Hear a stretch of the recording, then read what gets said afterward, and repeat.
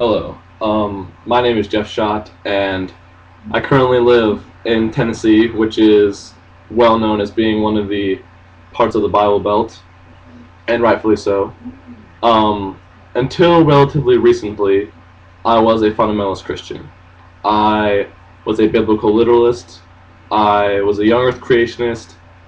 I was a Calvinist, actually, and of course, that being so, I completely disrespected and rejected the theory of evolution. I was also admittedly relatively homophobic. I wanted to be a pastor when I grew up, all this stuff, the whole 9 yards. And it wasn't until, I'd say, maybe a year ago, a little over a year ago, that I really started to look into religion for myself as a result of getting into the occasional debate with my atheistic friends and not being able to adequately defend myself, which I now know why that was the case. And I'd say that the first book, actually I know the first book that I ever read after really deciding that I could no longer believe in Christianity or any other religion, because after giving up your religion, as a lot of other people who might know or have been through this would know, it's not immediately to atheism, or at least it wasn't for me. It was, well, maybe it's another religion, stuff like that. So after really not only denouncing my Christian faith, but realizing that I couldn't believe in anything else because of the evidence, or lack of evidence, really, one of the first books that I read was Chrisopher Hitchens' The Horrible Atheist. And it was really helpful for a few reasons. One of the main reasons it was helpful was because after you lose your faith, a lot of the questions that you have, or rather a lot of the answers that you had for the questions that you had concerning the universe, disappear. I no longer could just say, well, how did the universe get here? It was God, he created us 6,000 years ago, all this nonsense. All these answers were gone. So I had to start from scratch. That was one of the hardest parts, but also one of the best parts and one of the most enjoyable parts for me was really starting over and developing a new understanding of the universe and life from a secular point of view. So after reading Chrisopher Hitchens' book, it really all started falling into place.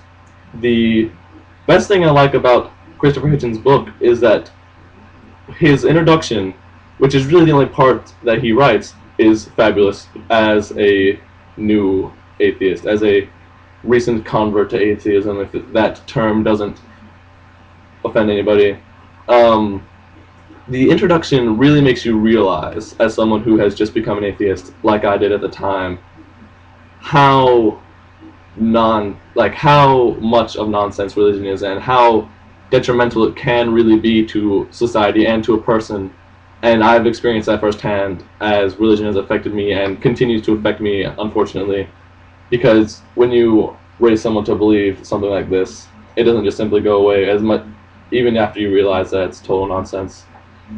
And so after that, I was really encouraged to start looking into it, and it was really helpful for a number of reasons, because after that, I also started really looking into the debates that Chrisopher Hitchens would get into with Christians, and as well as with the other new atheists such as Sam Harris, Richard Dawkins, Daniel Dennett.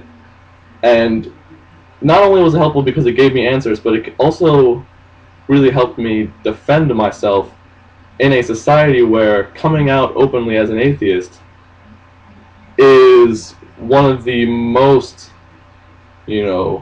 disrespectful things that you can do. Or not disrespectful, but it will result in disrespect, that's for sure.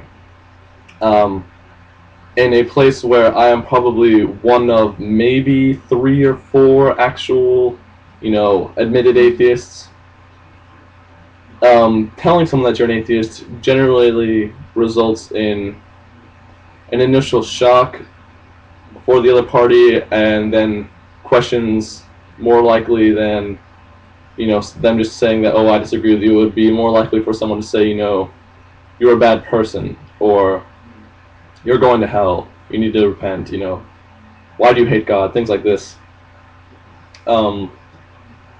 it really helped to be able to, look to somebody who spent so much time debating with Christians to be able to, defend yourself, which is something that becomes very useful when you do live in a place like Tennessee where people are very Christian, and going against that is not looked upon very well, especially when you're as openly atheistic and as militantly sometimes atheistic as someone like I am.